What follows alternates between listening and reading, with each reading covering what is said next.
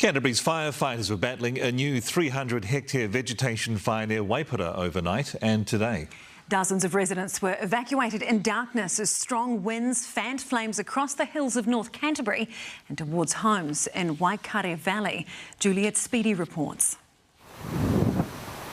The telltale glow of a wildfire turbocharged by strong norwesterly winds and feeding on tinder dry vegetation.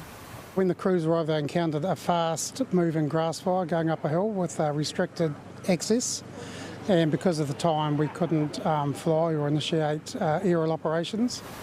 Residents in nearby Shellrock Road and Glenmark Drive we're just going down to the hall. Went from anticipation to evacuation. Oh, we smelt it about 8 o'clock and we just couldn't figure out where it was coming from.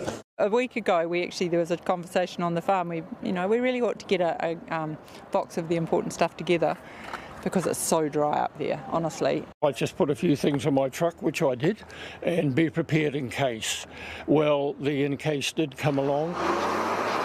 Almost 40 evacuees forced to flee, more than a dozen spending a sleepless night here. Some bringing shelter with them. How many of you slept in here last night, including the animals? 2 of us and the cat. Some providing shelter. Mary and Chrissy. By dawn, a new shift gathered at the command centre.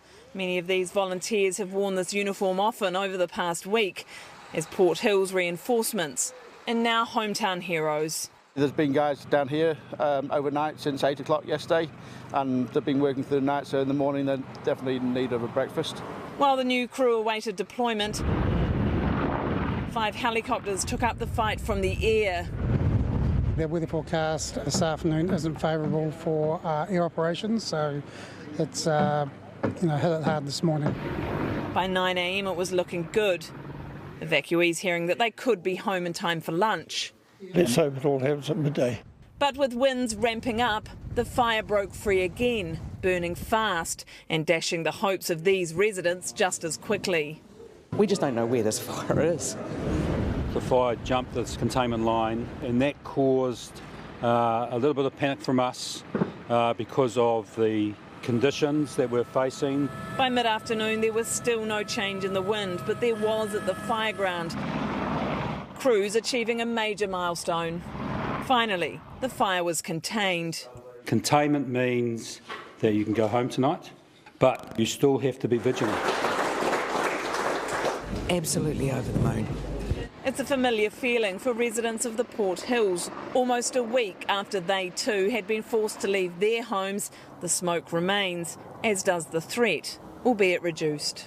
We've got 40 hotspots that we're aware of at the moment from the areas that we've identified that may be at risk for us. The winds that whipped up North Canterbury, a threat throughout the region. Juliet's with us now. Kia ora, Juliet. So are both these fires now officially contained? They are both officially contained, but that does not mean that either fire is out. It's extraordinarily windy here, and you'll see over my shoulder there one of the hotspots that they were talking about in my story, and they are not insignificant. We have seen several helicopters fight that one hotspot, and there are many hotspots still at both fires. So fire crews remain vigilant and will remain on the ground here for several days at least. And look, even when these fires are out in the coming days or weeks, hopefully, Cantabrians need to remain vigilant. It is extraordinarily dry down here. It is a tinderbox. And FENZ is warning that a fire like this can begin from something as simple as a spark from a lawnmower engine. So it's going to be a good few weeks, if not months, until we're out of the woods down here. Julia, tēnā koe.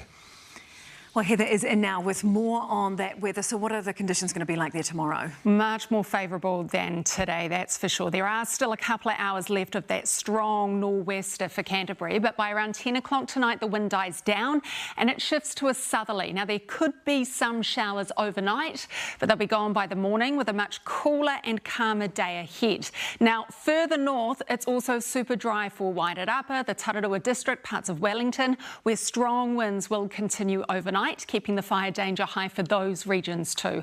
I'll have details on the Watches After Sport.